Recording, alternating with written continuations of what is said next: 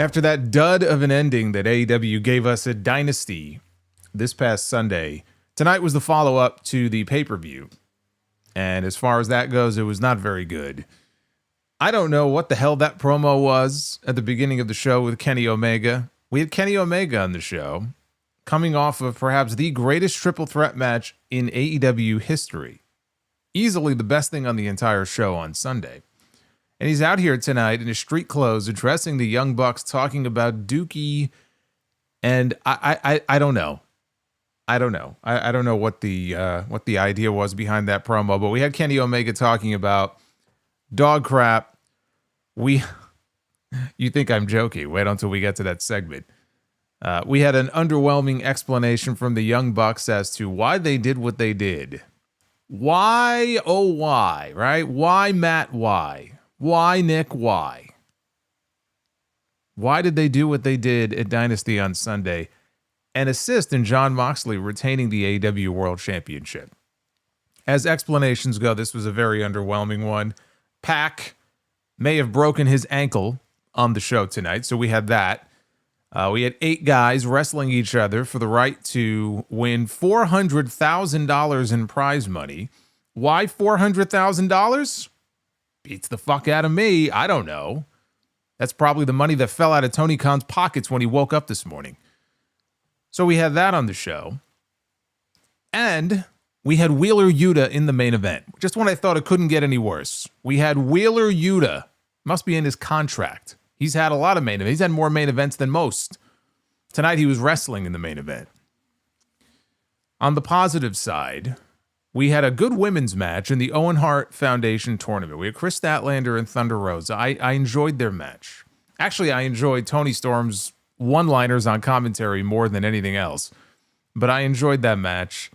And Chris Jericho, so upset with Big Bill and Brian Keith and their inability to help him in his ROH title match with Bandito at Dynasty, said that he has to go away for a while. That was probably the best news of the entire night, in all honesty. He said, I think I'm going to go away for a while. So there was that. And that was really, kind of sums up Dynamite in a nutshell right there. This was not a great show. I don't know what they have planned as far as anything big for next week, because next week is their big spring breakthrough show where they pass WCW Monday Nitro on the list of longest running primetime pro wrestling shows in the history of Turner Television. So that's coming up. I think that's their 289th episode of Dynamite next week. But again, coming off of a pay-per-view where, yeah, we had some really good matches, but a really bad taste left in people's mouths at the end of that show. I think they needed to really come out guns blazing tonight, and they did not do that. It was a very flat show from start to finish. This is your AEW Dynamite review. It is Wednesday, April 9th, 2025. I am the Solomonster. See, even if you're someone who isn't enamored with what AEW is doing right now, even if you didn't like Dynamite, you like being here, right? This right here, this is appointment viewing every single week. We get to hang out and talk about the good, the bad, and the ugly of Dynamite, and that's what we're going to do tonight. Hit that subscribe button if you are not already subscribed. Hit that like button if you have not already done so. Super chats are open. We actually have a brand new one. I'm squawking like a bird. Jesus Christ. Who does that remind you of? I'll give you one guess. Oh, man. Dark Effect. Thank you for breaking in the new $32 Charlotte Flair squawking like a bird super chat from SmackDown on Friday night. You know, for as bad as some of the stuff on Tonight's Show was, I don't know that any of it was quite as bad as that segment with Charlotte and Tiffany, or at least it was on the same level from SmackDown last Friday. Let's just be honest here.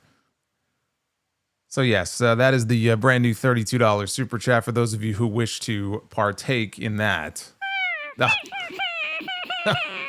I'm squawking like a bird. Jesus Christ. Actually, I mean, it sounds very much like Charlotte in the way she sounded. I don't really hear Tiffany in that, though. I hear Charlotte when I hear that. Hey, Tuxedo T Servo, thank you. I have to give, before I go any further, I have to give a very big congratulations to one of our own. I don't know that he's with us right now live in the chat, but you may have seen messages in the chat or the occasional super chat from Chris Mikesell. And he sent me an email a few hours ago just to let me know that he is now the father of a brand new bouncing baby boy named Anthony Mikesell. And he sent me a photo. I don't know if he wanted me to share the photo. He did want me to let everybody know the good news. So wherever he may be, congrats to Kris. That is awesome. And I saw the photo. I saw in the background of the photo, actually, he had a GWO, one of our Green World Order t-shirts in the background. So anyway, congrats to him. Much health and happiness. And hopefully we'll see you back in the chat real soon. So I just wanted to let everybody know that here right from the top. Speaking of the top, let's start with the top of this show. We had a video from the Death Riders because the nightmare continues. The death being the key word there, the death spiral continues with Jon Moxley and his group at the top here in AEW, and it will continue until we get to Texas in July at All In, because clearly the fact that he walked out of Dynasty as the AEW World Champion is indicative of the fact that he is not losing that title until at least July 12th. So we have a ways to go until we have a new champion crown. But we had Jon Moxley here in this video. He was surrounded by the rest of the Death Riders. And Moxley said that this is the greatest roster of pure talent ever assembled under one roof. And he wondered why none of these guys could get their acts together when it counts. He brought up the return of the Young Bucks at Dynasty. He said he doesn't recognize them anymore, and he hasn't in some time. He said they better be real careful before they make any moves. So making it very clear here right from the onset that he had nothing to do with them returning, or at least that's what he claims. Nothing to do with their return at Dynasty. Didn't know they were going to come out. Didn't want their help. Didn't need their help. Well, I mean, he did need their help. So that was the first thing that they showed us. And that led directly into Jon Moxley and Marina Shafir making their way out to the ring, because Moxley, who wrestled in the last match on Sunday, was in the first match tonight, which was a non-title match against Katsuyori Shibata, who, of course, is 1/3 of the Ops with Samoa Joe and Hook, who did come out during the main event on Sunday, so there is that connection there. So we had Moxley against Shibata. Shibata got the early advantage. He got Moxley in an octopus hold. He hit his corner basement drop kick, and he went for another one. Moxley popped up, though, and hit him with a lariat. So Shibata kicked out at 1. Moxley hit a pile driver, and Shibata no-sold it, which was stupid. And then he hit a PK. Moxley got the rake to the eyes. That allowed him to sink in a rear naked choke. Had the arm trapped, and Shibata went out surprisingly quick. This didn't even last much longer than 5 minutes, maybe 5 or 6 minutes tops. So that was surprising. Now, when the match was over, we hear the Young Bucks music. Out comes Matt and Nick Jackson. They make their way down to the ring before Moxley and Shafir could leave. So they had a little face-off, and Shafir stepped in between them. The camera didn't really catch what Moxley said to them before he and Marina took their leave. They exited through the crowd. Nick Jackson said everybody wonders why they cost Swerve Strickland the AEW World Championship at Dynasty. He said, well, we did it for our good friend. They did it for Hangman Page. This was the explanation that we got here. They did it for Hangman Page because they know that he did not want Swerve ever again to be the AEW World Champion, and they did that for him. They never forget who their friends are. So they love Hangman just like they know he still loves them. Matt Jackson said, second of all, they did it as a peace offering to Jon Moxley and the Death Riders. Said they sat at home and they realized they have more in common with the Death Riders than they think. They want AEW to be the best company in the world, just like the Bucks do. They all want to change the world. The Bucks are impressed with Moxley? Really? They're impressed with Moxley. Yes, impressed is not the word I would use to describe anything about this run that he has been on since Wrestle Dream. But they're impressed. Apparently, they impress very easily. So they were impressed by Moxley, who said that he did what they couldn't, which is take over AEW and the AEW World title. It says, imagine the Death Riders and the Founding Fathers, the EVPs, together. I'm imagining it right now, and it's giving me a stomach ache. That's what it's doing. So they invited Moxley back to the ring to discuss business. Instead, they didn't get Moxley, they got Kenny Omega. Omega's music plays, he walks out. He spoke from the aisleway. He was in his street clothes. And he said, so, you did all this for your friends, huh? Said, they forgot to do him. Phrasing. Phrasing is very important in these situations. The last time they saw each other, Omega remembered how they pushed him off of a stretcher that was taking him to the hospital when he was still dealing with diverticulitis. And Omega never forgot, but he actually forgave them because when he came back, it was for his legacy. It was not for revenge. They're trying to restore the feeling, he said. They're still working on that. They're still trying to restore the feeling here in AEW. I was trying to restore the feeling in my ass cheeks and my legs by the time that pay-per-view was over on Sunday night because it went over 5 hours. So then Omega tells this story, and this is where it kind of went off the rails a little bit. He told this story about visiting a friend in high school who had a pair of Shih Tzu dogs. And the dogs used to, and I quote, dookie on the floor. That's what he said. Over time, the more... It's ridiculous. Over time, the more that the dookie would pile up, he finally put his foot down and he brought up how they should hang out at his place. He said that's the equivalent of what the Young Bucks have done in AEW. You know, CM Punk said that he worked with children, but they speak like children as well. Omega said the Bucks shredded documents. So here we go with the shredding of the documents. That was one of the last things we saw from the Young Bucks on TV before they went away, right? Camera came in, they were shredding documents in an office before they left the building, and it was never explained what that was in reference to. So finally, if Omega is to be believed, this is the explanation after all these months of what the documents being shredded were all about. He said the Bucks shredded documents the last time we saw them, and we're supposed to be shocked by that, when all it was them shredding receipts for private jets and a chair in your master bedroom facing your bed, which got a small reaction here from the crowd. Now, maybe he was just joking around, or maybe that's just their way of kind of writing that off. Like, hey, you know what? We have to address this whole like shredding of the documents thing. And so let's just have Kenny go out there and say, yeah, you know, they were just expensing shit that they had no business expensing. And that's the answer to the grand mystery. There you go. All you wondering and waiting for the big explanation. It looks like you just got it. Omega said if it wasn't for the Death Riders, it was the Bucks that almost killed the company. Killed the company that Omega gave his heart and soul for. He can't lie. That time off did them real wonders. You know, Nick, he looks every bit of the 90 pounds he lost before, while Matt needs to lay off the hot stuff because he looks as red as Nick's lapels. Yeah, Matt Jackson was looking very orange tonight. So Omega said that he could go on and on. After listening to this promo, I took that as a threat. But he would rather cut out the middleman and they can fight. And so with that, he headed to the ring. Now, before this could happen, though, we heard the coin drop. And out comes the Continental Champion, Kazuchika Okada. He power walks to the ring, and it was looking like a 3-on-1 situation. Until Swerve Strickland's music hit, he entered from the crowd. He had Prince Nana with him and a steel chair.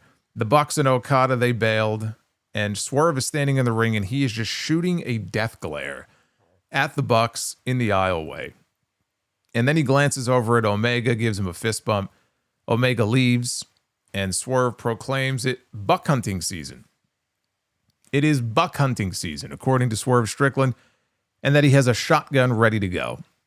And before he could say anything else, Pac blindsides him from behind, and we were told that their match would be taking place next.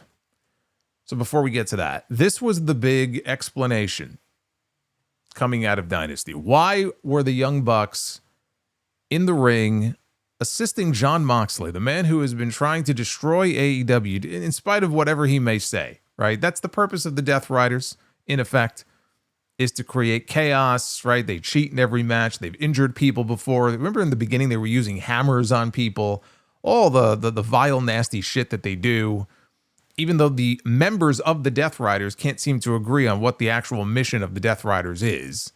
If you'll recall, when Renee was interviewing them in their basement a few months ago, and we had Claudio saying, no, we don't want to destroy AEW. It's just the opposite. This is what people don't understand. And then Pac, of course, said the exact opposite of that and said, well, we want to burn this place to the fucking ground. So you can't even get these guys to agree on exactly what the mission statement for this faction should be. But nonetheless, why would the Young Bucks do what they did? They did it for Hangman Page. Now, maybe they're lying.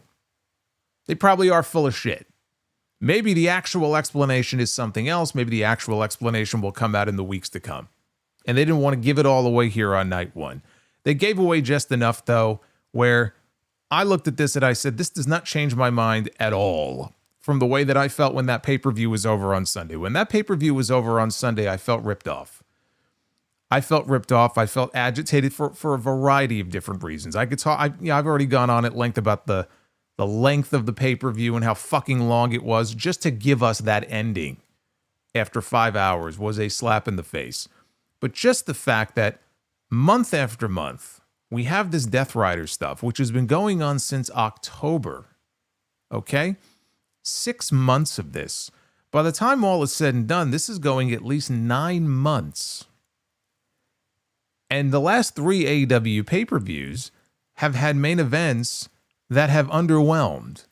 We had the 4-way at World's End, which was the weakest of all the pay-per-view main events we had in 2024. We had that debacle at Revolution. We saw what happened to Dynasty. On and on and on this goes. Just to build to one moment in Texas at All In, where the conquering babyface, whoever that's going to be, Hangman Page, Will Ospreay, Darby Allin, we don't know who the wild card is. Could be Darby. Maybe Darby's not really climbing the mountain. Maybe it's all a swerve. Who knows? But whoever that conquering babyface is going to be, I would guess Ospreay, standing atop the AEW mountain, finally ending the Death Riders' nightmare and holding the championship high. That's great. That's great. But in the meantime, we still have a few months yet to go before we even get there. And it would be one thing if what we were getting on a weekly basis here was actually compelling television, except it's not. And we know we have another 3 months of this. It's been bad enough up to this point, but we're not done yet. When am I supposed to be having fun with this story? I'm sure some people are having fun with this story. Oh, believe me. Now, if you talk to a lot of the sickos, they're loving this. This is right up their alley. That's why Tony Khan is doing it. He thinks this is a great story. His diehard fans think this is a great story, and so they're going to enjoy the story. But I'm watching this show week to week, and I know a lot of other people are watching this show week to week, and they're asking the question, when does this get fun? When does this get truly compelling? The only compelling part of this entire thing involves Hangman Adam Page. And even then, I still get grief from some people who don't like Hangman, and maybe that's a carryover from the Punk stuff, or they just don't like his story, whatever it may be. I think Hangman Page is the most compelling character that they have on their television show. And I felt that way for a long time. Even tonight on the show, what little bit we got from him, I liked. It was very brief, but I liked it. So typically whatever he's involved in of late, like, all right, you know what? I can get behind that. I like that. And Swerve is still in a good spot. You know, he's still kind of in the mix, even though he didn't win the championship. Outside of that, I don't give a shit about any of this. I don't give a shit about these people. I don't give a shit about Moxley. I don't give a shit about the Bucks. You have not given me a reason to care about any of this. And this explanation, quote unquote, tonight, didn't do anything to change that. This is the fallout from Dynasty. And this is what they came up with here. Not much else to say about this opening segment, but this was not a good follow-up to what we saw on Sunday. But we did go immediately into the first match coming out of this, which was Swerve Strickland, one-on-one with Pac. This did not even go 5 minutes, unfortunately, due to an injury, and hopefully it is not too serious, but it did not look good. So what happened is there was a buckle bomb spot. The buckle bomb claims another. When are they going to stop doing this move? The buckle bomb claims another. Swerve gave him a buckle bomb into the corner, and surprisingly, it was not his head or his neck that had any issues. It was his foot. And you could tell because the moment he landed in the corner and he hit the turnbuckles, he screamed. And this was not like a scream where he was like selling or anything. Like this was a scream where it's like, oh, why is he screaming on a buckle bomb spot? And it was clear that something was wrong here. And he fucked up his right leg. I don't know if it was his foot. I don't know if it was the ankle more than the foot itself. That I don't know. But he let out a scream. He rolled out to the floor. And the doctor checked him out. You know, they kept the camera on Swerve at that point, who just kind of stayed where he was in the ring. And the doctor was checking on Pac on the outside. You can see the referee, Stephon Smith. He goes over to Swerve. He goes, go to the finish. You could see him mouth the words to Swerve, go to the finish. Once Pac told the doctor that he was okay enough to get back into the ring to go to the finish. So Pac rolls back into the ring. He cannot put any weight on the foot. He hobbles around on it a little bit. He eats a super kick, so down he goes. He's doing everything he can to keep the foot elevated and protect his leg. Swerve goes up to the top rope. He comes off with a Swerve stomp. You could actually hear Pac say, I'm sorry, as Swerve covers him and he gets the pin. And again, this went not even 5 minutes. This was no work. He really did hurt himself, unfortunately. With any luck, maybe he just badly rolled his ankle, but this did not look good at all. And so if Pac is out for any length of time, that presents a problem because he is 1/3 of the Trios champions. And so what they'll have to do ultimately is, I mean, they could have Moxley step in for him in a big match if they have to, or they may have to add a new member if they need that third person. If they're going to do Anarchy in the Arena, if they're going to do Blood and Guts, the Death Riders are going to, the Death Riders will have Moxley, Claudio, and Yuta. And then assuming the Bucks would join them, you've got 5 guys right there. So for an Anarchy in the Arena or a Blood and Guts, it really shouldn't be too much of an issue. And they're definitely doing Blood and Guts because as Swerve was leaving, he was backing up down the aisleway. He was cutting a promo on Moxley or the Bucks, looking directly into the camera. And he specifically said Blood and Guts, even though they did not say a word on the show tonight about Blood and Guts. And if it happens, it probably won't be until June. But he did say it, so clearly they're going to be doing Blood and Guts again soon. By the way, I should mention this on that note. Do you realize that if these elite fuckers are in this Blood and Guts match again this year, this will be the 3rd straight year that we have the elite in a Blood and Guts match. At least, like, with the Bloodline and War Games, there was a break in between the 2 War Games matches that had Bloodline involvement 2 years ago, right? It was the Judgment Day. It was the baby faces against the Judgment Day. So we had a little bit of a break. We need a break here from the elite when it comes to these matches. Seriously, we need to get a different mix of people involved.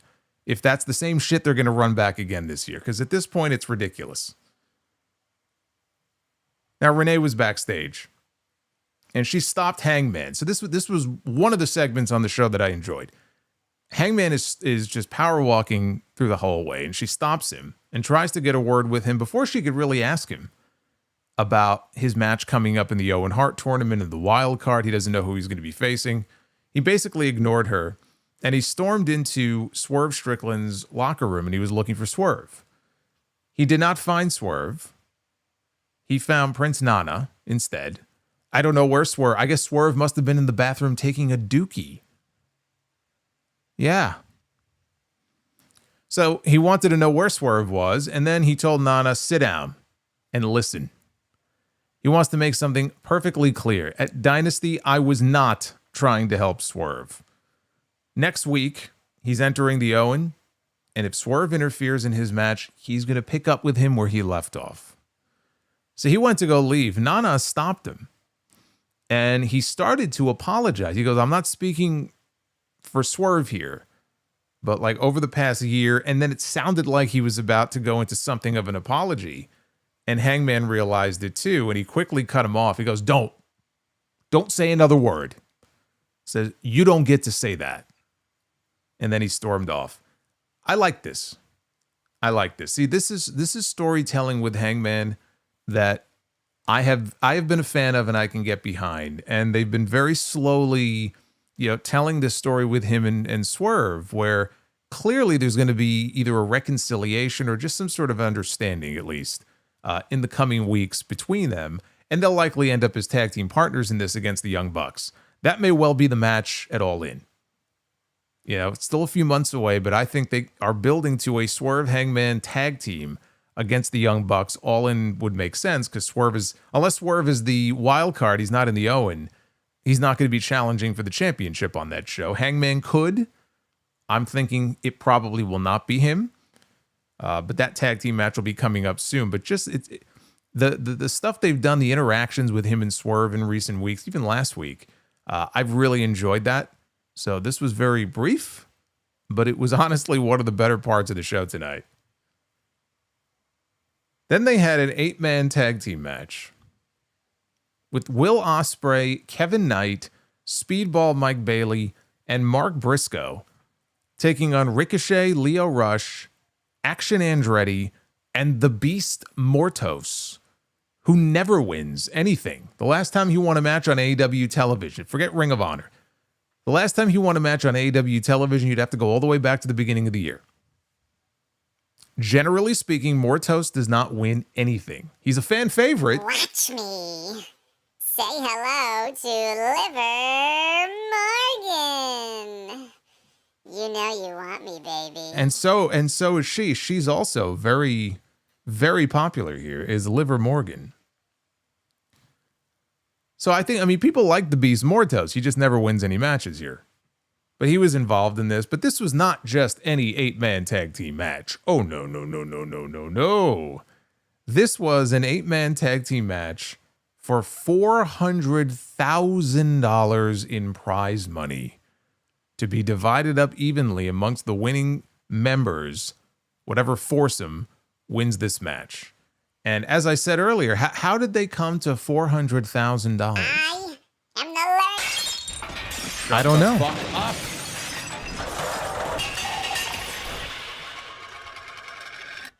Fuck that tree. And the learning tree doesn't know either. How did they come to $400,000? I do recall them having a battle royal. It might have been a Rampage, long time ago, for like $300,000. They come up with these dollar amounts, but I'm serious. Like I said at the beginning of the stream, it's probably, the money that fell out of Tony Khan's pocket when he woke up this morning. Oh, okay. Yeah, we'll use this in a match tonight. So just randomly out of nowhere, $400,000 on the line here in this match. There was a spot where Ricochet tried to dive out over the top. All the baby faces moved, and Ricochet landed on his feet, but then he realized he was screwed and very slowly turned around. He got paintbrushed on his bald head by all four baby faces. They went to commercial. They came back from the break. Mike Bailey was lighting up Mortos with kicks and a running shooting star. Mortos, though, tried hulking up or beasting. Maybe he's beasting up. So he tried that. He flattened Bailey with a lung blower. Both men were down. Ricochet tagged in, but posed for the crowd before missing a springboard dive. Speedball took out Lio Rush and Action Andretti with charging boots, only to turn into a double stomp by Ricochet. Mark Briscoe runs in. He cleans house. Then he gets flattened by a pop-up Samoan drop by Mortos. And Mortos tried the same thing on Kevin Knight. He countered into a spiked DDT. We skip ahead here to the finish. Ospreay flew in with an Os cutter. Knight hit his UFO splash. All the heels, though, broke up the pin attempt. Everybody spilled outside except Ospreay. And I'll give you one guess. Who took the loss here. The Beast Mortos. Because, of course. So it was Ospreay and Mortos. Ospreay hit the hidden blade. And with that, he wins the match. And he wins the $400,000 for his team. That's $100,000 a piece. Now, let me ask you a question here. Will Ospreay is in the Owen Hart tournament, right? I know Will Ospreay wants to be the world champion in AEW, right? Everybody wants to be the world champion, but let's be honest here, okay? And I think Bobby Heenan would agree with me if he was alive today. Will Ospreay just won himself. I mean, I don't know how long this match went, maybe 10 minutes, if that. He won himself $100,000 for 10 minutes of work here on this show. To me, that's a bigger deal than him having to go through this tournament over all these weeks and then challenge for the AEW World Championship in a few months. He won $100,000 here for 10 minutes of work. To me, that's a much bigger deal than him having to go through the fucking Owen Hart tournament. And it was just like another match. Like, oh, they won. Okay, so they get the money that we can't see. We don't know what, we don't even interview them to ask them, what are you going to do? What are you going to spend it on? Nothing. It's a ridiculous, nonsensical, nothing stipulation that adds nothing to the match. It was just like, hey, you know what? We'll just add a stip to the match. Instead of just having the usual party match that we have here with 8 or 10 guys, we'll just add some dumb stipulation to it. And it's irritating because if you're going to do a stipulation like that, right, at least take advantage of it. Why not have more to? I get they wanted the baby faces to win. Okay, cool. So why not leave Mark Briscoe out of the match and have Will Ospreay and Kevin Knight and Speedball and the Beast Mortos? Right? The people like the Beast Mortos anyway. Why is he on the heel team? Let him be with the baby faces. Let them win. And then you could run weeks of vignettes. Weeks of vignettes with whoever leading the Beast Mortos around in different places, trying to get him to spend his money in different ways. We get to see what the Beast Mortos is going to spend his $100,000 on. They don't even do that. Like, it's just a complete waste. At least try to get something entertaining out of it. What a waste. So what this was, it was a way to get guys like Ospreay and Bayley on the show. Kevin Knight, he just debuted. He's still brand new. He had a great showing at Dynasty against Ospreay on Sunday. And he didn't get the win here, but he got the chance to shine here in this match. And they should be showcasing him. So, you know, it's good that he was involved here, but otherwise, if you're going to add a stipulation like that, at least try to capitalize on it. Make it useful. Make it mean something. This meant nothing. They showed footage of FTR violently turning on Adam Copeland at Dynasty. And Excalibur back at ringside, he questioned if we will ever see Cope again in AEW. And he reminded people about his history of neck issues.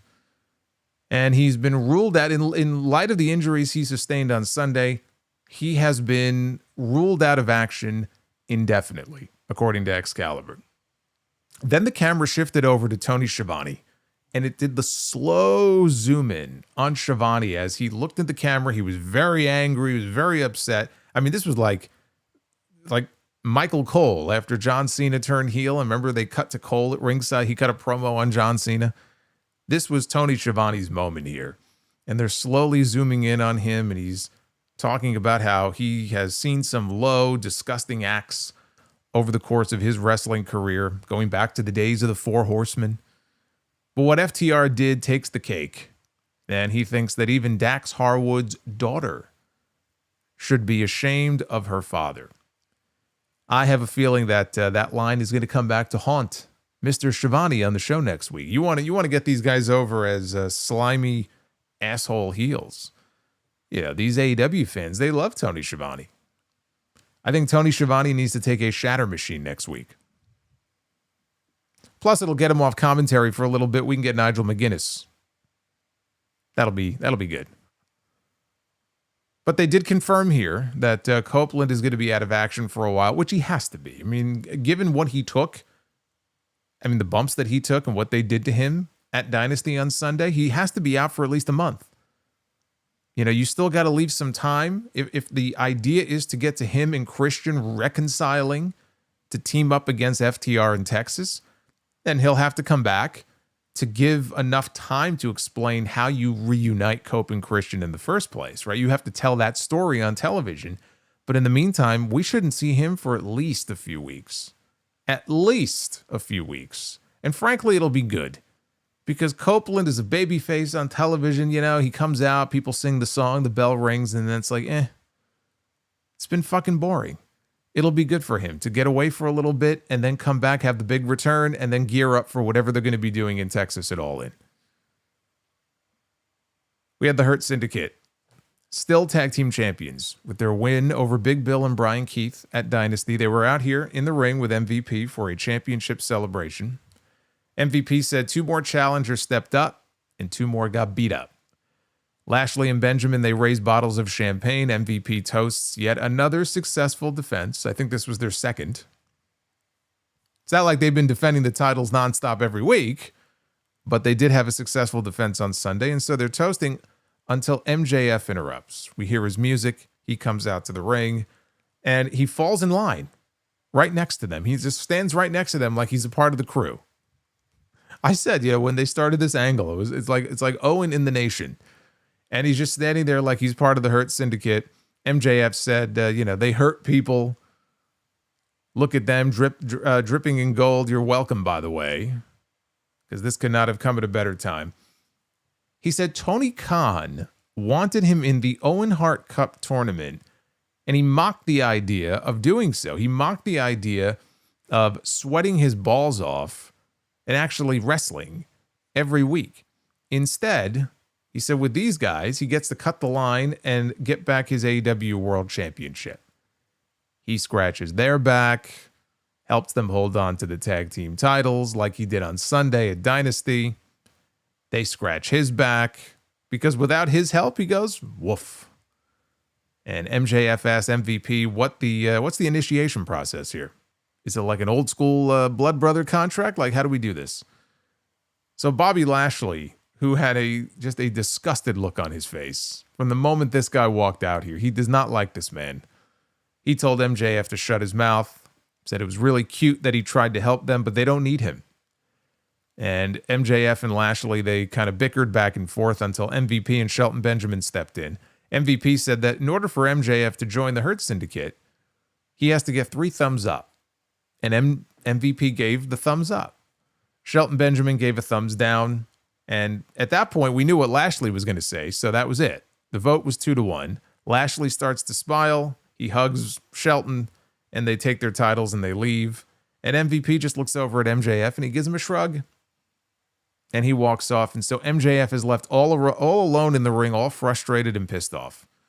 Now, they did another segment. He was in the back later in the show. Alicia Atout is interviewing the Hurt Syndicate. Lashley reiterates, we don't need MJF. Shelton Benjamin calls him, he called MJF George Costanza and said that it is funny to see him in line with the team. So Lashley doesn't find this amusing. He walks off. And Shelton tells MVP, I'll go talk to him. So off he goes. MVP is by himself. He's about to talk to Alicia, and there's a knock at the door. And who should walk in but MJF, who wants to speak with MVP alone. So he tells his girlfriend, actually, he called his girlfriend a skank. For those who don't know, they've been dating for a while now. He called his girlfriend a skank, and then he told her to basically hit the bricks. Not before giving her a smack on the ass, though, on her way out. So MJF then asked MVP if he thinks that MJF is a female dog. Do I look like a female dog to you? And MVP said, no, Max, I don't think you look like a female dog.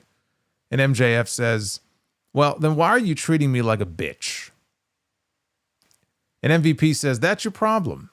You have to know how to handle business. You find your consumer and then you give them what they don't know they need. And he walks off as MJF. Oh my God, MJF, MVP. MJF is left alone to ponder what he just heard. I don't know what the end goal is here.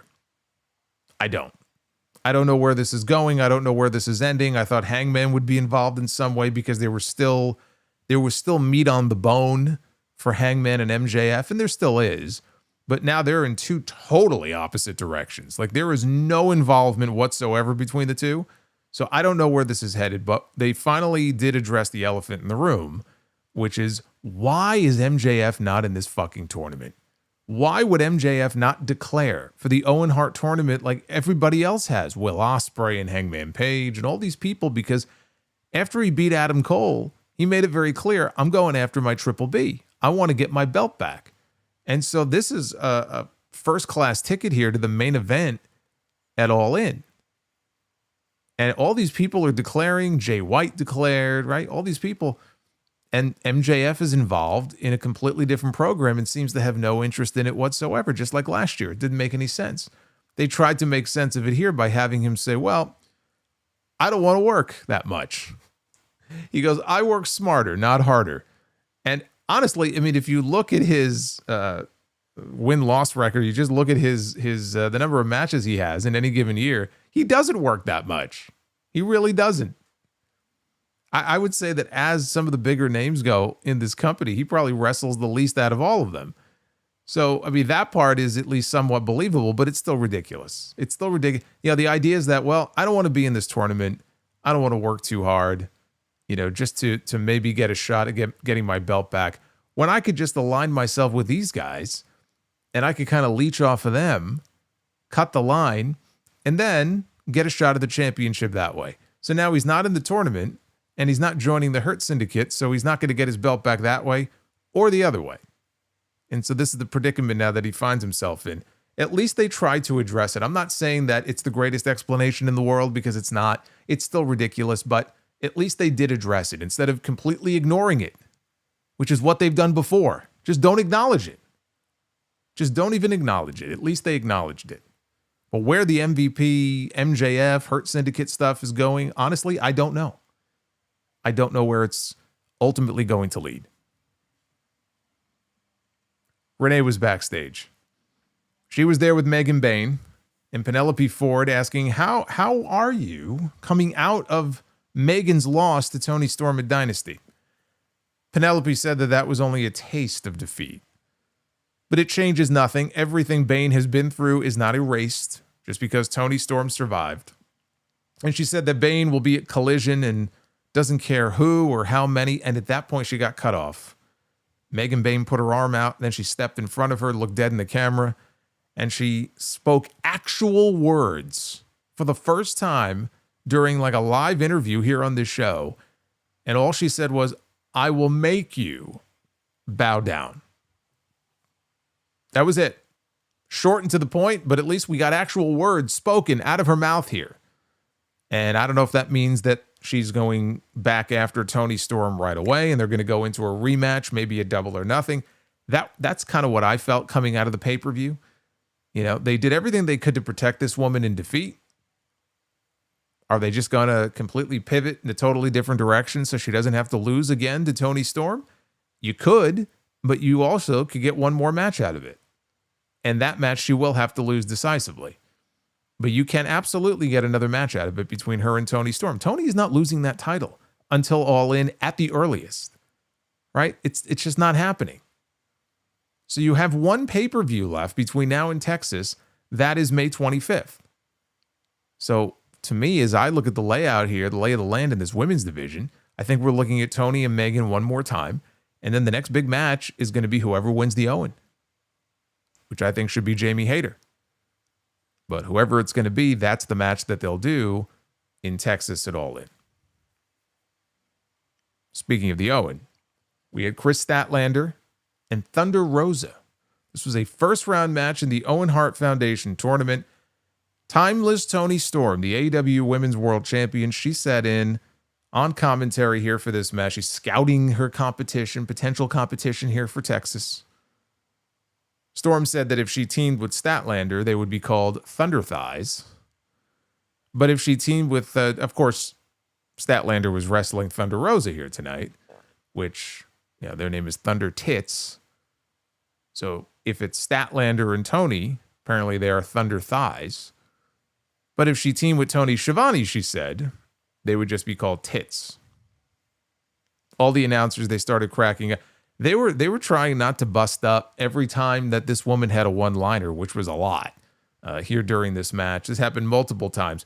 She mentioned that she loves Texas because it's big, just like her big package that no one has kicked out of. Excalibur said Megan Bayne has unfinished business with her, and Toni said the business was finished in her eyes. And both Rosa and Statlander brawled at ringside. They went to commercial. Rosa was in the driver's seat when they came back. Toni was giving a PSA. Actually, honestly, this was my favorite part. Toni is giving a PSA to the camera, telling all the kids watching, kids, please try this at home. And Excalibur said, we do not endorse that statement. just for the record. So that popped me. Storm said the last time she wrestled Statlander, she was dropped on her head and she shrunk 3 inches. Then she saw Tony Schiavone and she popped right up. Rosa tried a Cazadora. Statlander countered into a Blue Thunder Bomb. Got a close near fall out of that. Rosa spun out of a Wednesday Night Fever attempt and hit a Destroyer for 2. Rosa hit a charging knee, flush, and then said it's nothing personal before slapping Statlander in the face. She charged at her. Statlander cut her off with a wild lariat and then hit the Wednesday Night Fever to pick up the win. This was good, although Tony's night of one-liners here kind of overshadowed the match itself. But I was entertained, so that's all that matters. But with this win, Statlander moves on to the next round. And so she will meet the winner of the Jamie Hayter-Billy Starks match, which I believe is taking place on Collision this weekend.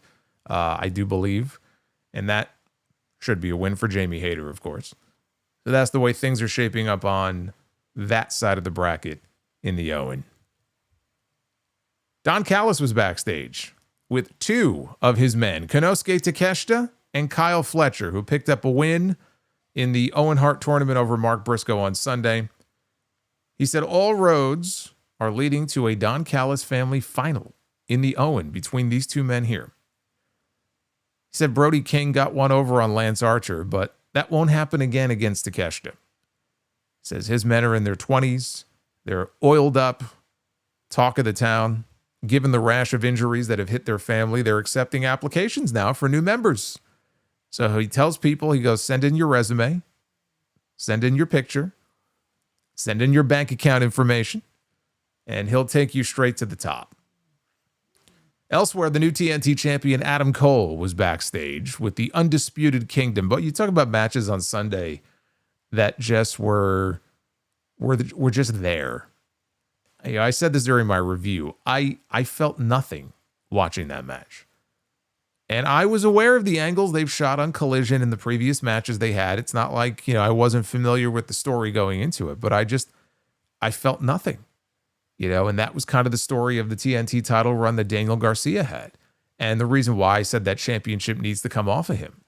It's got to come off of him and go. And I don't know if it'll be any better, honestly, under Adam Cole. We know Adam Cole is a good wrestler, but it all comes down to the booking. It all comes down to what program do you have planned for him? Who is he going to work with? Who is he going to be defending that championship against? Do you have a real good, solid idea in mind for him?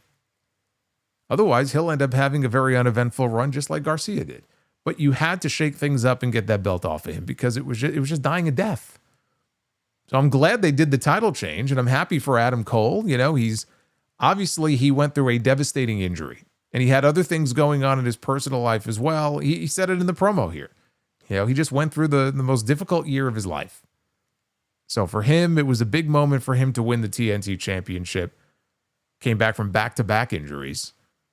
But he stands here as the champion, and they stand before you, the paragon of professional wrestling, and that, he says, is undisputed. Okay. Not a whole lot to this. I guess we'll have to wait and see what's going to be next for Adam Cole. From this, we go to TV time. Oh, goodness. TV time with the now former Ring of Honor World Champion, the Learning Tree, Chris Jericho. Jericho was somber, as I was when I saw that we were getting another TV time segment here on the show. Said that on Sunday he lost his match, he lost his tooth, and he lost his title. It's disappointing, but he has to give credit where it's due. It says, Bandito, you pulled it off. After months of conflict with one of the greatest wrestlers of all time, himself, but he had the help of an intrusive sister and a stooge of a mother. He has his family, but so does Jericho. And with that, he welcomed out Big Bill and Brian Keith. They made their way down to the ring. Jericho said that he would hope that all 3 of them would have titles here tonight, but they couldn't win the tag team titles on Sunday. And Bill cut him off. He stopped him in mid-sentence and he said, I know what you're going to say. I know you're angry and you have every right to be. So am I. And Brian Keith tried to stop him from what he was about to say. And Bill said, no, Jericho needs to hear this. He said that he has a lot of respect for Jericho, one of the greatest of all time and the most decorated champions, one of the most decorated champions of all time, which is why he decided to join the learning tree in the first place. But Bill didn't sign up to be Jericho's punching bag when things go wrong. If he and Keith are out there for Jericho to teach them, then teach. But if it's to publicly humiliate them, he says, let me know now and I'll leave. Bill says he knows Keith feels the same way. So Jericho says, well, actually, that's not why I brought you out here. Says, if you thought that, then I guess you have a lot more to learn than I thought. He said that he handpicked both of them to stand by him because he saw the potential in them. But he was disappointed in them that they weren't there for him during his match. Some people might even say that it's their fault that he lost the ROH World title, but not him. Says, it's okay. I'm not angry. I'm just disappointed. And then he took his baseball bat and he proceeded to smash the Geritron 5000 knockoff. He busted in the screen. He kept smashing it over and over again, screaming that he's disappointed. Says, until they change that, maybe it's best that he leaves.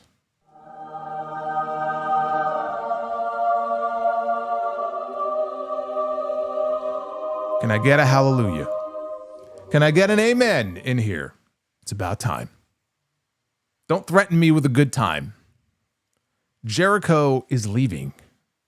Now, of course, it just so happens to be that Fozzy is going back on tour starting next week through the middle of May for their 25th anniversary tour. So I'm sure that has a lot to do with why Jericho is about to disappear here for a little. There's no coincidence that the two are coinciding here at the same time. But yes, Jericho is leaving, so we will not be seeing him on TV for at least the next month. At least he put over Bandito. Although, of course, he had to pin Bandito first. But at least he put over Bandito on his way out. We had some very brief footage of the five-tool player, Anthony Bowens, who made his return on the pre-show. He made his return on the 0 hour, answering Max Caster's open challenge and beating him in under a minute. And they announced here that Bowens will be in action on Collision against Blake Christian. Not Blake Christian. Yes, he will be in action against Blake Christian on Collision. Boy, I can't wait. Bowens has a lot of upside, though, as a babyface. I did say that on Sunday through all of the rage at the beginning of the review, that he looked great. He's got new music. He's got a new presentation. And there is a lot of potential in him on the babyface side. They should be starting now to really build him up for a run with the TNT title later this year. And I hope they do that. And they close the show with Wheeler fucking Yuta in the main event, tagging with Claudio Castagnoli against Samoa Joe and Hook, representing the Ops. And I'm conflicted here because I'm all for Samoa Joe being in the main event, but the trade-off here is that we had Wheeler Yuta in the main event. And to me, it's just not worth it. It's just not. Hook did the Joe sidestep on a Yuta dive. He's learning. See, Samoa Joe was the real learning tree. So the Death Riders took control ahead of the final break. Hook tried to mount a comeback, but Yuta cut him off with an angle slam. Claudio toyed with Hook for a little bit, and he finally battled out of the corner with a huge T-bone suplex. Yuta cut off Joe before the tag, but turned around into an overhead Hook throw. Hook then wanted a tag, but Joe wasn't there. He was down on the ground outside, so Claudio flew in with a charging uppercut. We got a powerbomb top rope clothesline combo from the Death Riders. Got a close 2 count. Joe and Claudio, they brawled on the outside. Joe hit a huge Uranagi. Inside the ring, Hook applied red rum, and now here comes Jon Moxley. And Moxley gets up on the apron. He's trying to run interference or distraction here. That allows Yuta to rake the eyes to break the hold. Moxley grabbed the chair, but Katsuyori Shibata sneaks up from behind him, and he applies a rear naked choke to Moxley in the aisleway. Meanwhile, on another side of the floor, outside, Joe has the sleeper hold or the choke. I guess it was the choke, not the... What did Joe... the coquina clutch. Joe has the coquina clutch applied to Claudio, and then inside the ring, Hook applied red rum on Yuta, and he got Yuta to tap out. At least that got a good reaction. People were happy that the Ops got the win here. Now, after the match, Marina Shafir gets in the ring. She has a chair, and she clips Joe in the back of the knee with it. Claudio placed the chair opposite end up, and then he took Hook and he hit a neutralizer onto the chair. And the Death Riders bailed. Joe and Shibata made the save with, well, I guess they didn't save him, but they tried to. They cleared the heels from the ring. They had chairs of their own. Joe was fuming mad. And Joe got on the mic and he screamed the way he used to scream Regal's name, right? He screamed Death Riders. And he said he called them cowardly sons of bitches. So the Ops came to Baltimore to get into a fist fight, and the Death Riders are acting more like dick riders than to come and fight. Joe wants to make it very simple. The Ops against the Death Riders for the AEW Trios titles. And that's how they went off the air. Always nice to see a pissed off Samoa Joe on my TV. We don't get that enough. We'll have to see what happens with Pac, because again, what I saw on the show tonight didn't look good at all as far as how long he'll be out for. We'll have to wait for that status report. You know, do they do this match? Do they change the trios titles before Texas, or are they saving everything for that stadium show? I don't know. And again, they have to clear up the situation here if Pac is hurt. I don't know that they're taking the titles yet. They are going to take the titles. I just don't know that they're going to do it this quickly. I think they may be involved in things. Again, Anarchy in the Arena's coming up soon. They're probably going to do Blood and Guts. We may see the Ops, be a part of that, maybe with Swerve and Hangman against the Death Riders and the Bucks. That seems to be the kind of the configuration of what they're going for here. So we'll see. But again, as far as the Death Rider stuff on the whole, nothing has changed for me. I just can't bring myself to care, and maybe that'll change. Maybe there'll be this eureka moment or some kind of big shift in the storyline that'll have me going, oh, okay, you know what? That was kind of interesting. But that moment was not tonight. And that explanation from the Young Bucks, it may just be the beginning of a larger explanation. But what we got tonight was stupid. It was underwhelming. I find this whole situation to be completely ridiculous. I have no interest in seeing not only Jon Moxley continue on with the title, but the idea of the Young Bucks now trying to get in bed with the Death Riders. Again, death is the operative word here.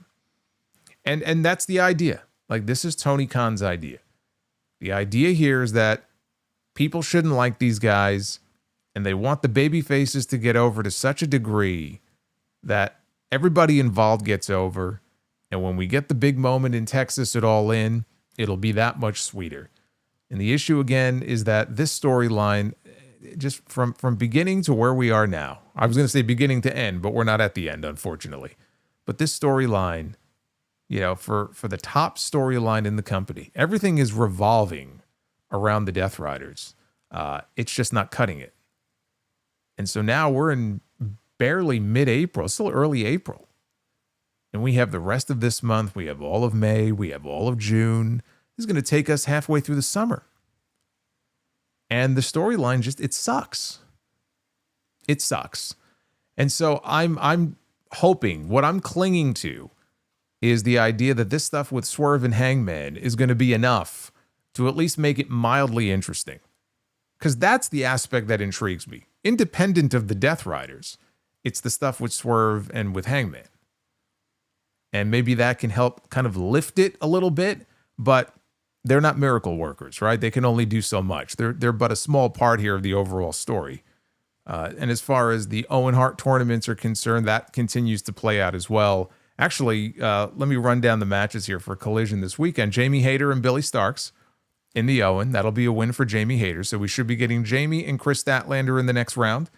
Depending on what happens on the other side of the bracket, if they do go with a time limit draw on the other side, then a theoretical match here between Hayter and Statlander would then become the finals of the tournament. I don't know if they're going to do that.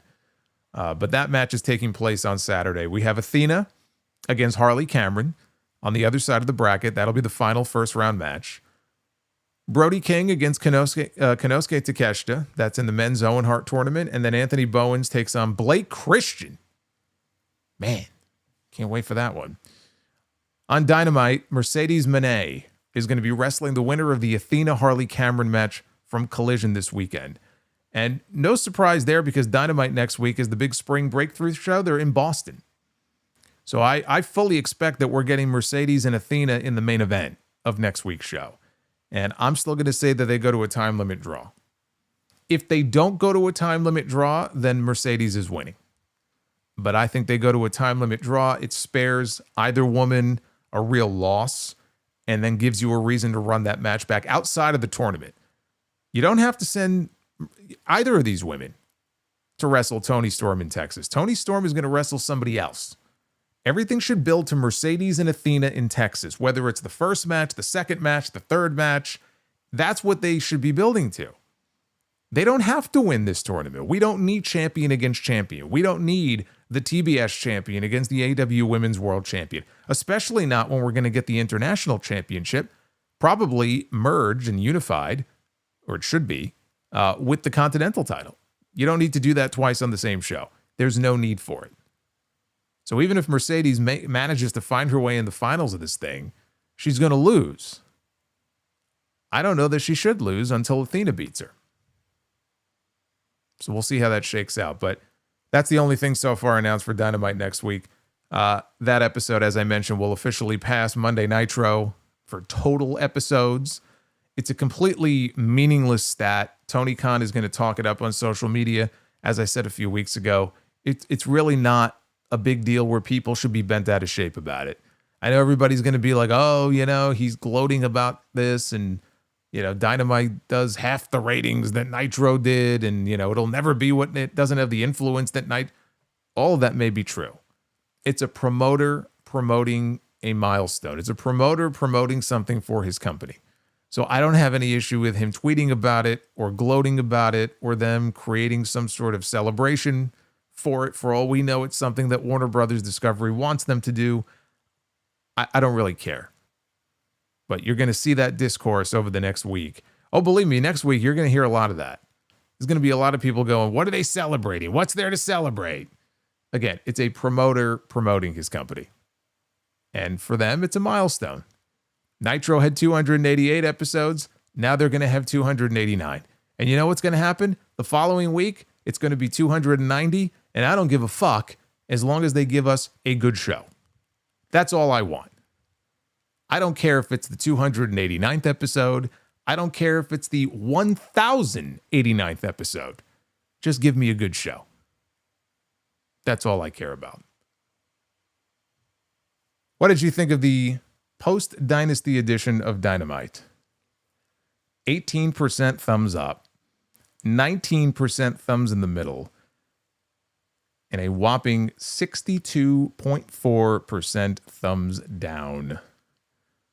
You think people like this show? Doesn't look like people like this show. I don't disagree with them. I think for a follow-up to Dynasty, it was not a great show.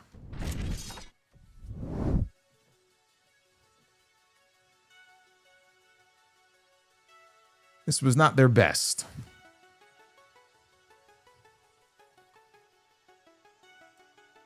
Let's take a look at your super chats here.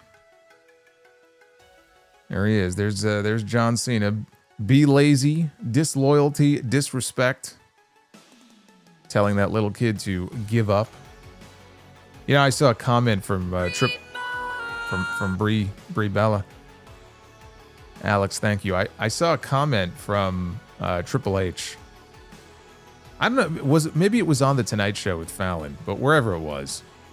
But the headline in the article was Triple H puts over like how amazing this heel run has been for John Cena. I sat here literally for like 5 seconds. I sat here and I said, "What heel run?" It's been 2 or 3 segments. Otherwise, we haven't seen the guy. What heel run are you talking about? Give me a break. Hey, Liquid Sharingan, thank you for the 36 months. He is very excited. He has attained his green skull here for channel membership. Congrats, brother.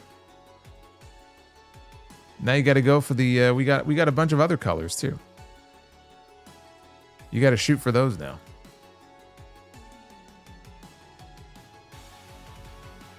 Let me go back here and start with Death Scythe.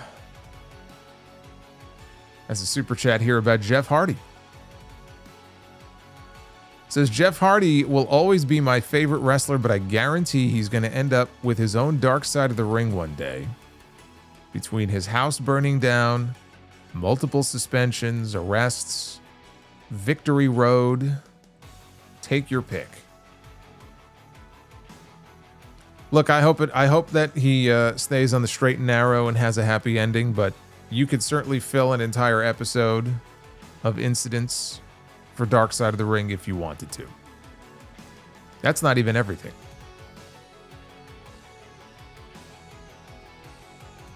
We have Jerome Eugenio says, Happy Wednesday to all. Happy Wednesday, Jerome. The Moldy Cheeseburger says, fuck it. If no one will do it, then I will. I will defeat Jon Moxley for the AEW World title. You can all thank me because this dork rider's gimmick sucks, he says. Well, you know what? I am all for the Moldy Cheeseburger winning the championship. I'm fine with that. Actually, my stomach is legitimately killing me. I think I had a moldy cheeseburger tonight. I don't know what it is. Dark Effect. Thank you for breaking in the brand new $32 Charlotte Flair Squawk Super Chat. That segment was an all-timer, he says. Add it to the list of Charlotte horrible segments. Much respect and love to you, Brother Solo. Dark Effect, thank you for breaking in the new one. I appreciate the love. And yes, it was pretty horrible. He also gifted 10 memberships. Do you believe this guy? Yeah, that's worthy of an air horn right there. 10 new members gifted just like that. Thanks to Dark Effect. We did break our likes goal, by the way, so we will be doing Be the Booker here in a little bit. Let's see if we can get those likes up closer to 500 before we get out of here. Chris Young with a $20 super chat says, I love you, Solo. I love you too, brother. I hope you're having a good night. Don't eat any moldy cheeseburgers. Tuxedo T Servo, thank you as well for the 32.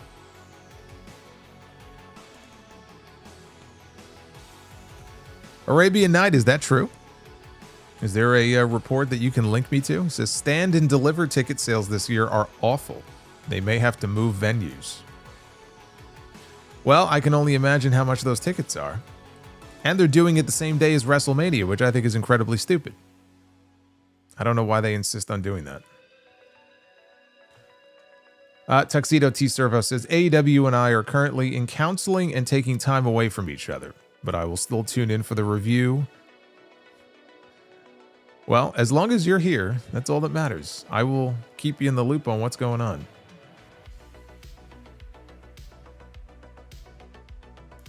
Mr. Rod with the 20. Had a late shift tonight, and good thing I missed it, but thank God for Solomonster for keeping me covered. You the man. I always got you covered.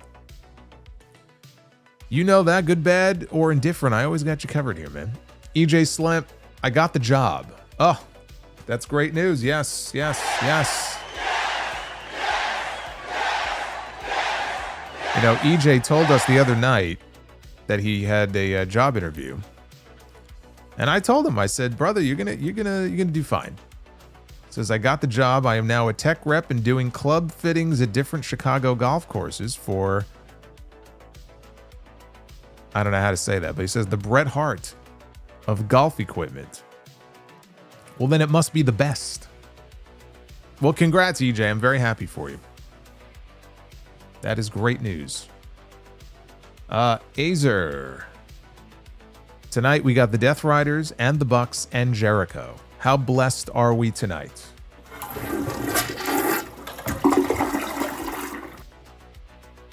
I think that sums it up pretty well.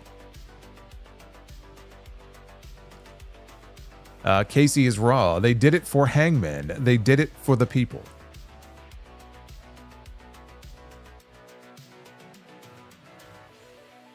Bobby's World. Would have sent this on Monday, but my internet died. Thank you to you and those of you in the chat who sent birthday wishes to my girlfriend, Kate. Today is my oldest son's birthday, 22. Well, you didn't tell me his name, but I'm wishing him a very happy birthday. And tell Kate I hope she had a great birthday as well. Number 1, Homo sapien. What do you call a bear with no teeth? A gummy bear.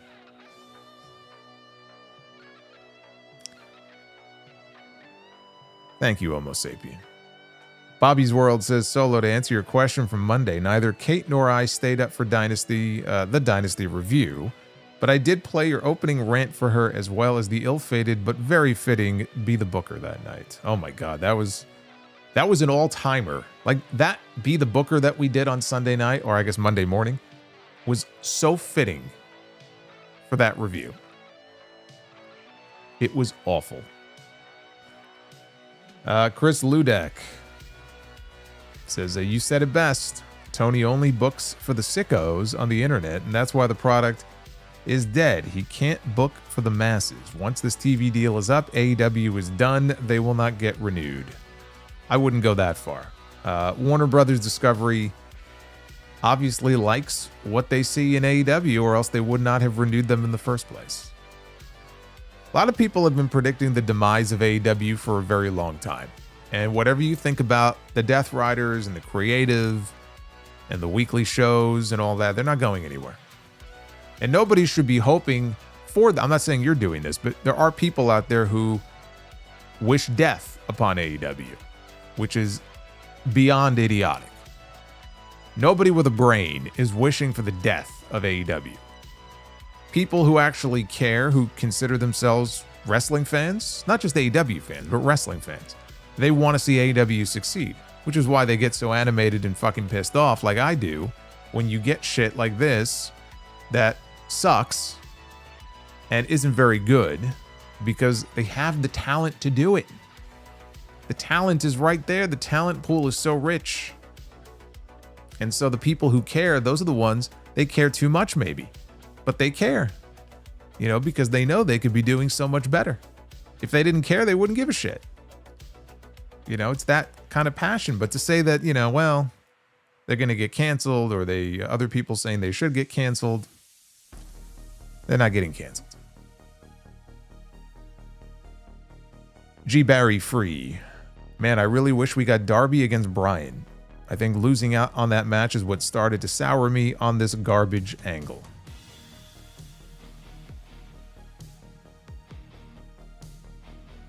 Bobby's World. And let me finally say, rest in peace, Kevin Castle.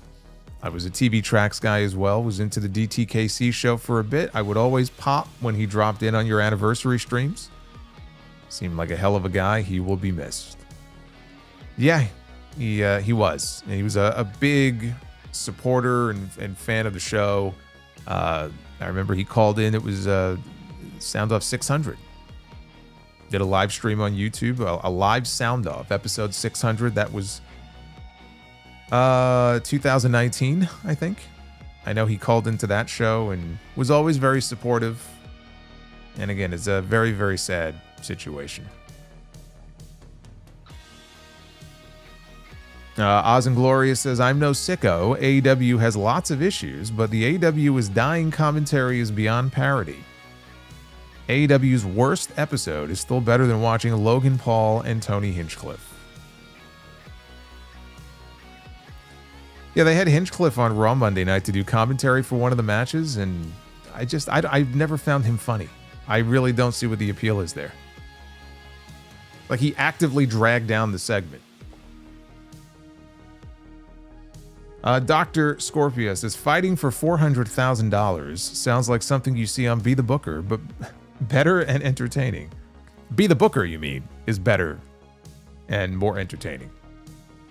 Yeah, that's not one of the stipulations I have in Be the Booker. Maybe I should add it. Maybe I should add a stipulation that the winner of the match gets $5 million.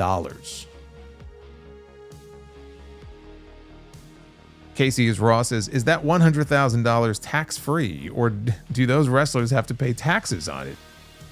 LOL, Erwin R. Shyster is going to pay them a visit. Erwin R. Shyster is paying me a visit next week. I'm not looking forward to it. But such is the price of success, I guess.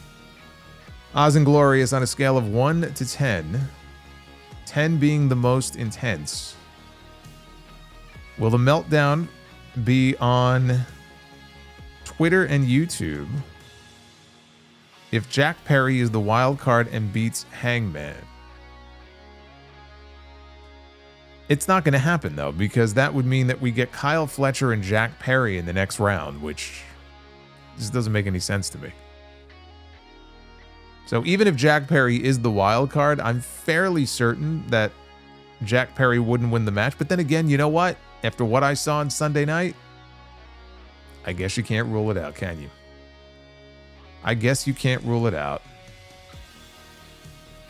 Base Beerus, what were Kane's first words? Should I do the voice?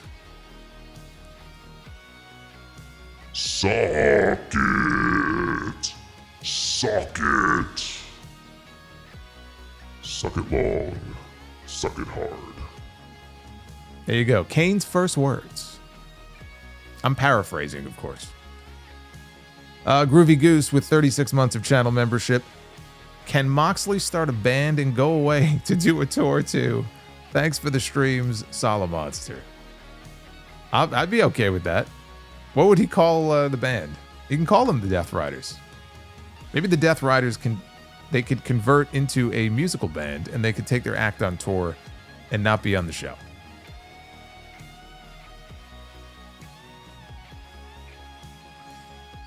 I like that. Can Moxley start a band and go away to do a tour? I think that's the best idea I've heard all night. Arabian Night says, Joe's got no place in AEW. He's got to go back to WWE under Triple H and be used in the Bloodline arc or just as a killer. He has done nothing since losing to Swerve. He just main evented the show tonight. I'm hopeful that's a sign that they will start to do more with him. I would love to see Joe get one more shot in WWE under somebody who I think actually better appreciates what he brings to the table. Because I do think that Triple H would have more of an appreciation for Joe than Vince McMahon ever did. So I agree. I would like to see it happen. I don't know if it will, but I would like to see it. Alex, with the $25 super chat, says, Tony Khan, I'm going to let you finish destroying your own company, but Cena is making an appearance on the last SmackDown before WrestleMania. Overall, the best news from today. Much love, Solo. Yeah, they finally added him to one more show. They're already going to be in Vegas for SmackDown, that last SmackDown before Mania, so he and Cody will be on that show together. Better than nothing, I guess. Still not going to be on Raw next Monday, though. Dr. Scorpio, 3 more months of the Mudline and Mox Hogan, bro. I think all of these groups just need to be blown to smithereens. The Bloodline, or what's left of the Bloodline, the Death Riders, the Judgment Day is just a fucking shell of what it used to be. Let's just blow them all up, seriously. Can we blow them all up and just start over again? Can we do that? Nord says, thank you for always being here. You have gotten me through some tough times and more. Please don't go anywhere. I mean, I'll be here. I'm not planning on going anywhere anytime soon, so I'll be here. Thank you, Nord. the Data and Boys podcast. I went when they came to Fresno the night after Revolution, and it was one of the worst shows I've ever been to. Now this. I'm done with this pissant company.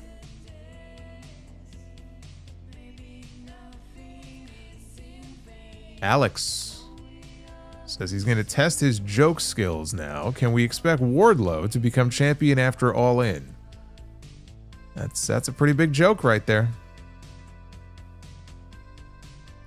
I was going to say something earlier about like where this MJF thing could potentially be going. You know, is this a way to reintroduce Wardlow?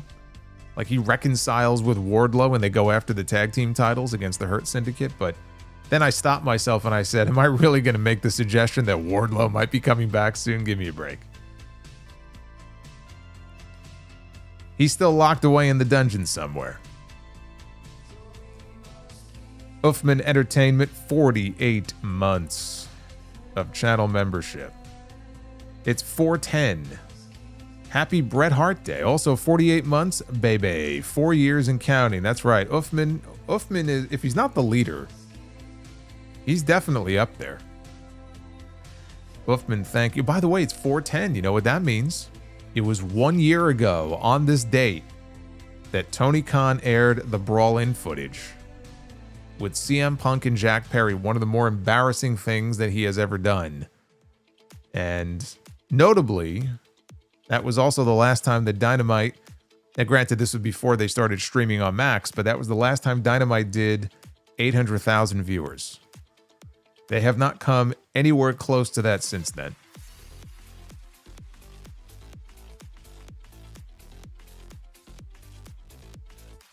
Base Bears, what would have been a more reasonable money prize? How about no money prize? How about that?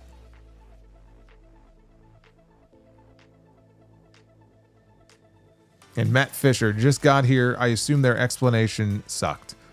Yes, it did. You didn't miss much as far as that goes.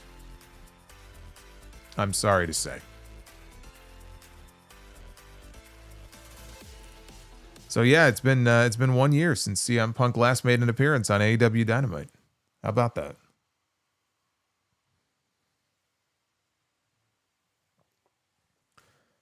And Matt Fisher, with another $4.99, says, I realize it's AEW Day, but no Demolition or Shamrock this year. Oh, the Hall of Fame. Yeah, you know, the Demolition thing, I've given up. Shamrock will go in. Shamrock may be there this year. I mean, I could see him maybe. See, I don't know what they're doing as far as like the match, the Bret Hart Steve Austin match. Are they going to have like a formal speech to introduce both men onto the stage? Like, I don't know what the format of that is going to be. If it is, though, I think Shamrock would make sense to be the inductor because he was part of that match. Shamrock getting his own induction, I think, will happen, especially now that he's kind of back in the family. He's got a Legends deal. So, like, that's... But then again, so does Demolition, and they didn't go in this year either. They did announce today, by the way, 3 Legacy inductees, one of which is Kamala. I talked about Kamala a few weeks ago. There were rumors that he would be going into the Hall of Fame, and, you know, his family had reached a deal for him to be inducted. But he's going in as a member of the Legacy Wing. And traditionally, the Legacy Wing, they just kind of throw you in there. You don't get any sort of... You know, there's no speech. There's nothing formal. It's just like, okay, we want to put a bunch of people in and just briefly acknowledge them and move on.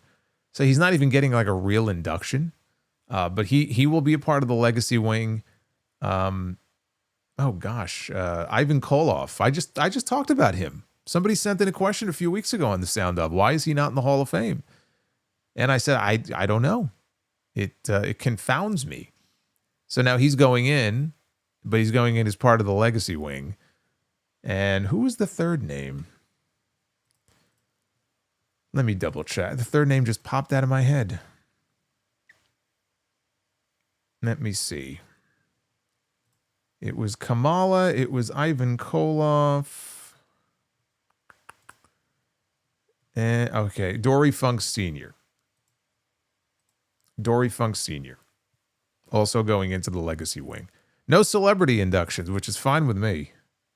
Honestly, I wonder if the induction of matches into the Hall of Fame effectively is replacing the celebrity induction. I'm totally fine with that, if that's what they're going to do.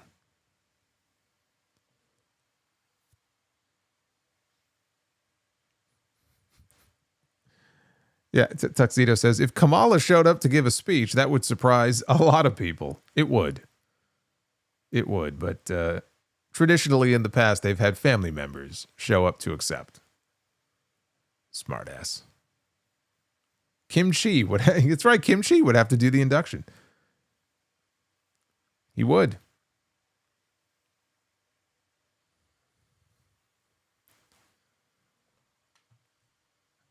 The Juliet 316 missed Monday's stream, so I didn't find out about Kevin Castle's passing when I played back the stream Tuesday morning. Like I said on TNT last night, rest in peace, KC. Can't believe one of the OGs of wrestling podcasting is gone. It is definitely going to leave a void. That's for sure. Always was interacting, you know, even in private and DMs. A lot of people have shared stories about their interactions with him and how helpful he was in certain situations they may have been going through, even just life stuff. So, I mean, it's something that transcends wrestling.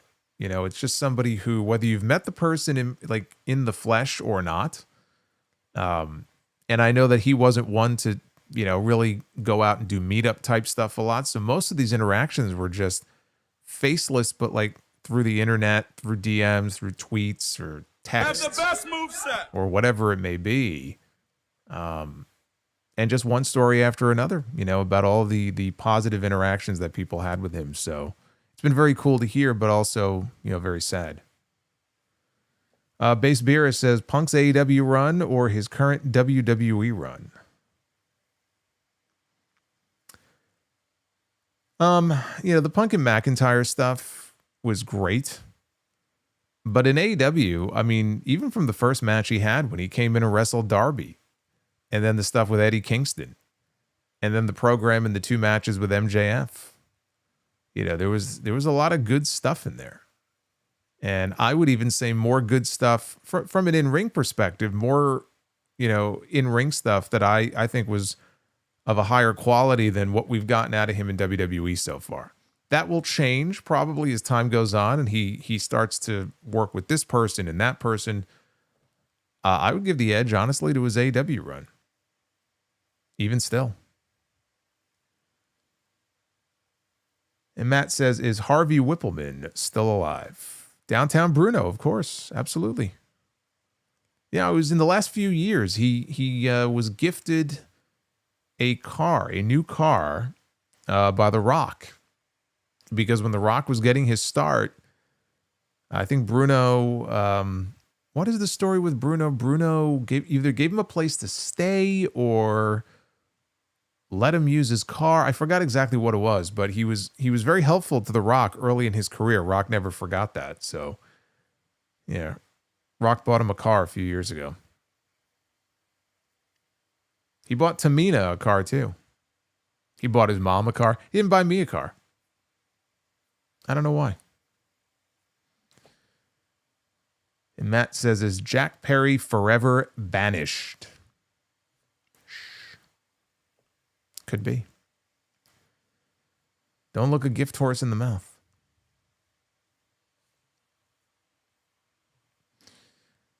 Thank you for all of the messages here. We are closing in slowly but surely on 500 likes. We still got some work to do there, 467. But we did hit the goal. We are currently 2 short of the super chat goal for a bonus Be the Booker. We're 8 out of 10 on that. So I don't know if we're going to do that, but we do have 1 round to go. So let's get into it. Let's be the Booker. Ladies and gentlemen, it is now time to be the Booker. We are going to get at least this 1 round. Let's hope that it's a good one. Maybe it could be better than Dynamite tonight. Well, not with picks like this, it won't be. We begin with Braun Strowman and Nicholas. 9-year-old Nicholas the former tag team champions of the world. Kicking us off here and be the booker. They're going to be defending those tag team titles against the Briscoes, Jay and Mark. I need to see Jay give a Jay Driller to Nicholas. If he gives Nicholas a Jay Driller, then it's all worth it. It's all worth it. Nicholas is now how old? I mean, do the math. If he was 9 years old, that was what, 2018? Say if he was 9 in 2018, so what is he now, 15?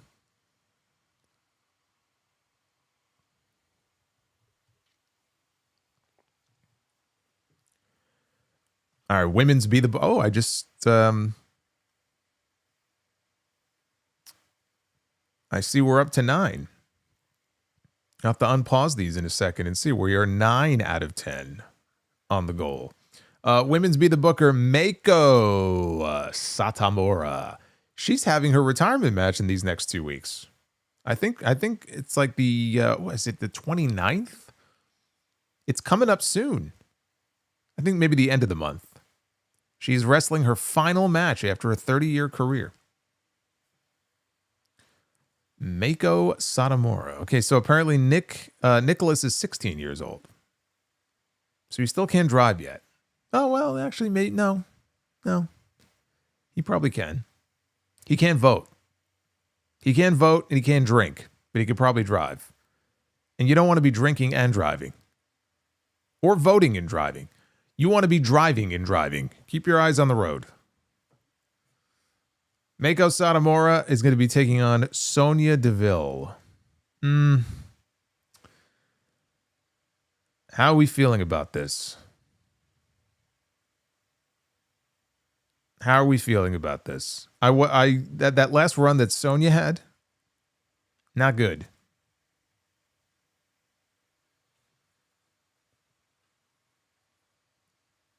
Give me some feedback here. Because I'm leaning towards a buzz.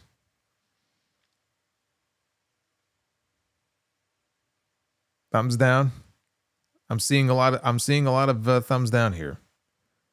That's a ding. Buzz, but yeah, okay. It just confirms how I felt. I needed a little bit of guidance on this.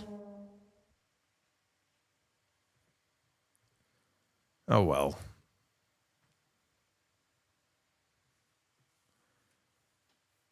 And this looks like it may be our final match here, so let's try to make it a good one. The main event. The main event of the evening. It's the amazing Gunther. Oh my goodness. Jerry Lawler loves Gunther, the Magnificent. All hail Gunther. It is Aaron coming through in the clutch with a $50 Super Chat bomb. That brought us one closer to the goal. We are now 9 out of 10. Aaron, I'm going to get to your message here. Hang on for a second. We gotta book this main event here. And we are starting with Kevin Nash from his Wolfpack days in WCW. This is Wolfpack Kevin Nash. Is he going to have his working boots on tonight? That's the question. Is Big Sexy going to want to work tonight and take some bumps? Let's find out.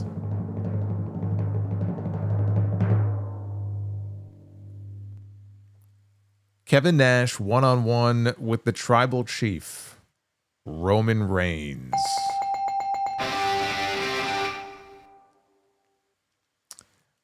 You know, there's a lot of star power in that match. The battle between two former WWE champions. I got to give it the bell. Roman Reigns and Kevin Nash.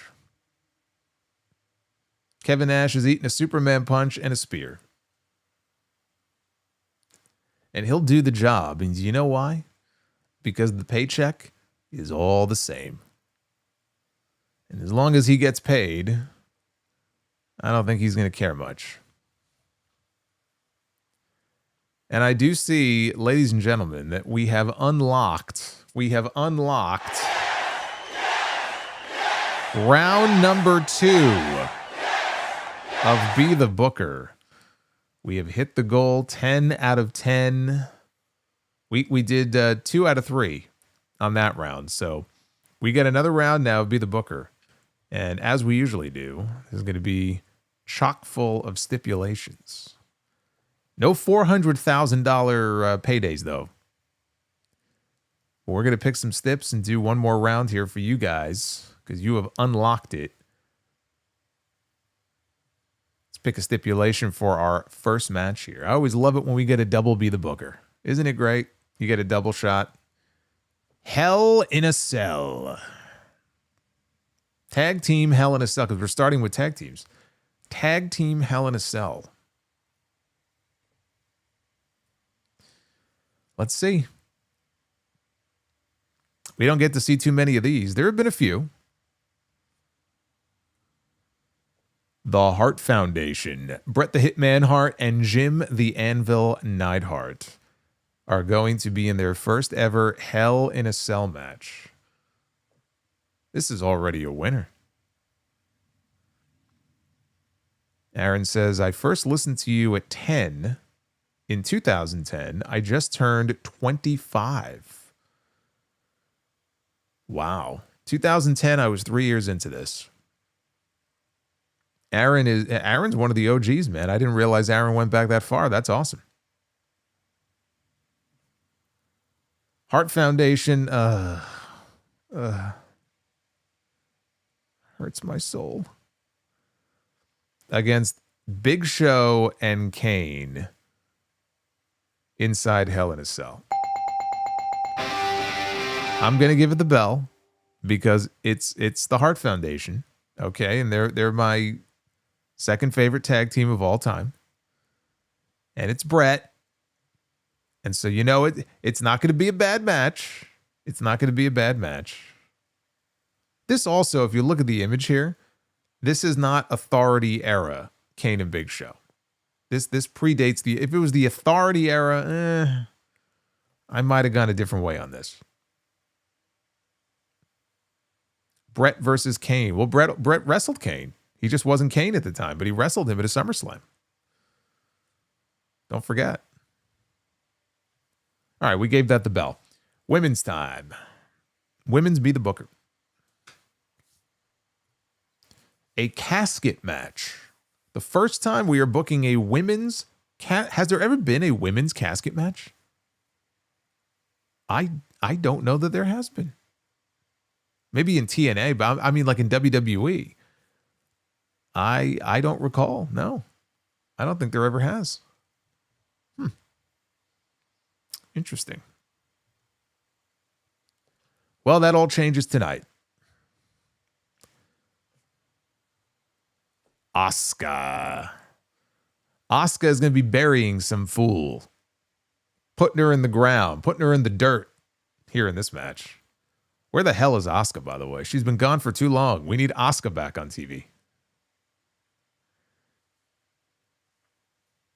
Asuka in a casket match against Carmella, a former SmackDown Women's Champion. I can make that work. I can make that work in a good spot on my card. Asuka killing people and sticking them in caskets. I mean, what's not to like?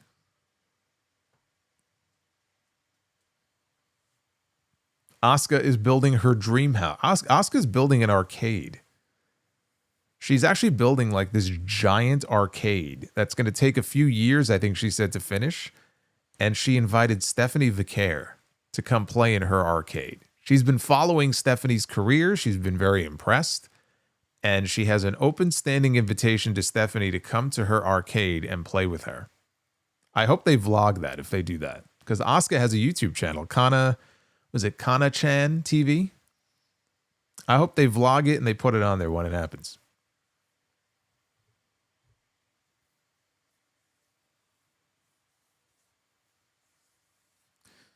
All right, now we need a stip for our main event, and then we're good to go.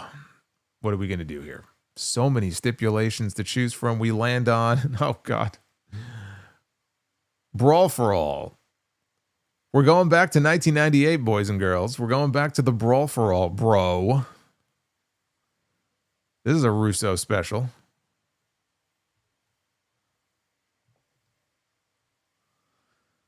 Well, this is going to be very interesting depending on who we land on here.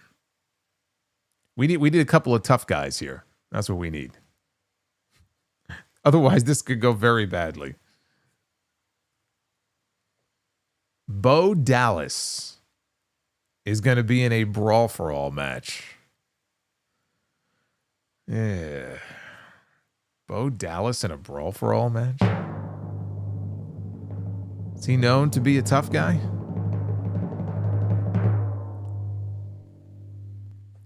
Bo Dallas and Nigel McGuinness in a Brawl for All match.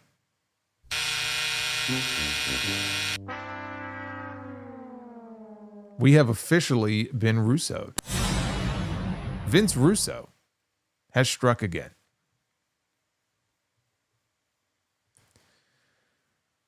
Yep. That was a Russo special, ladies and gentlemen. A lot of people got hurt. A lot of people got hurt in the process. That's why we never had another one again after that.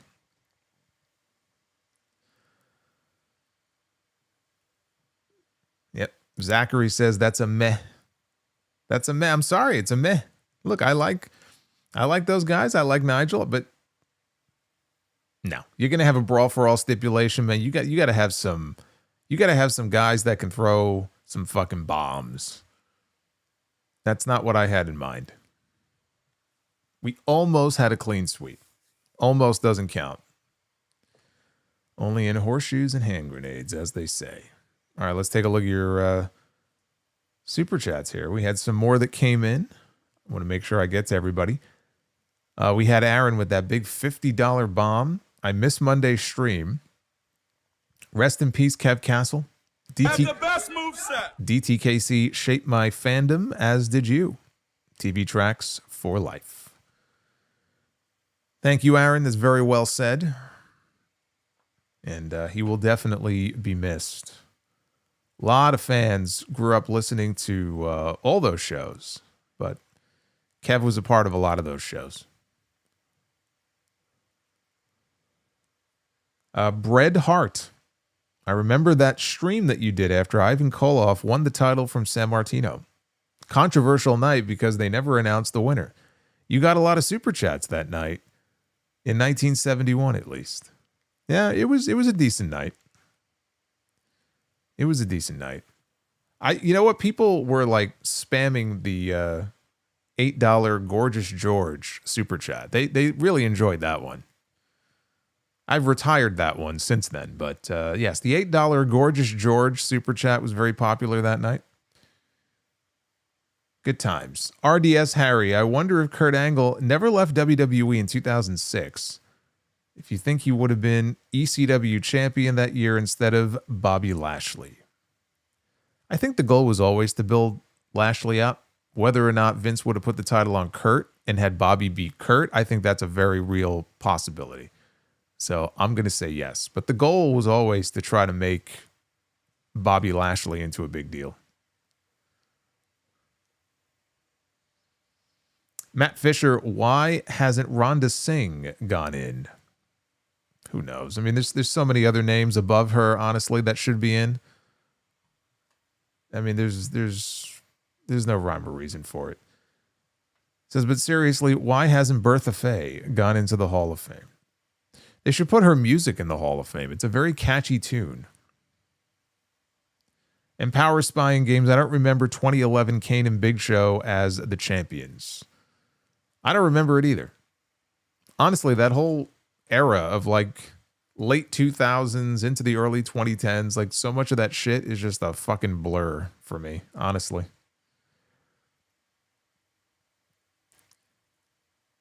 A Jay Shudo.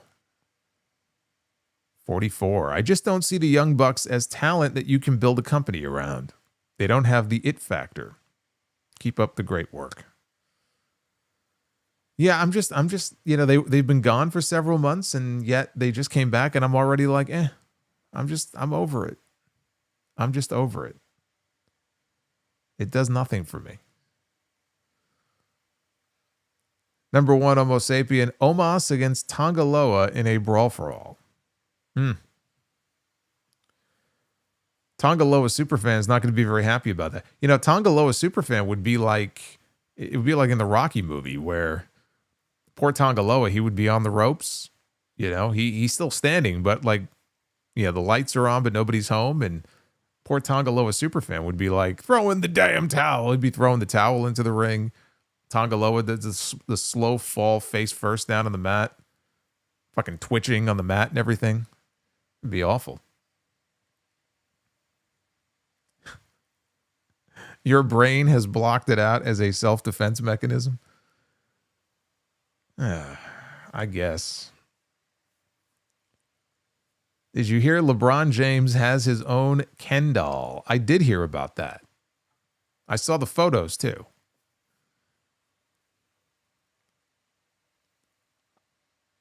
Yes, like Rocky and Clubber Lang.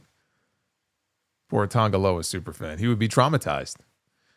Anyway, thank you guys for a fun stream here tonight and all the support. I do appreciate it. Even when we have some of these bad TV shows, it makes it all worth it.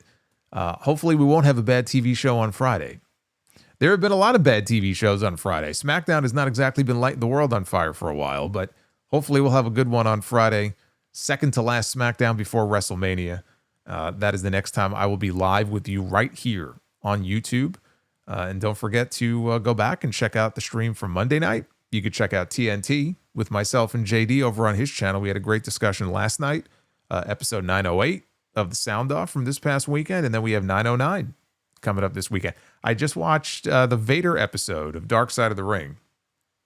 So I'll put some notes together and I'll have a full recap on that this weekend as well. Coming off the Ludwig Borga episode last week. This week was all about Big Van Vader. Another member of the wrestling fraternity gone too soon. So we'll be talking about that as well. Be well. Stay safe. Thank you all once again for all the support. And I will see you right back here for more Sound Off on YouTube on Friday night. Until then, hit that like button and I will see you there. Take care, guys.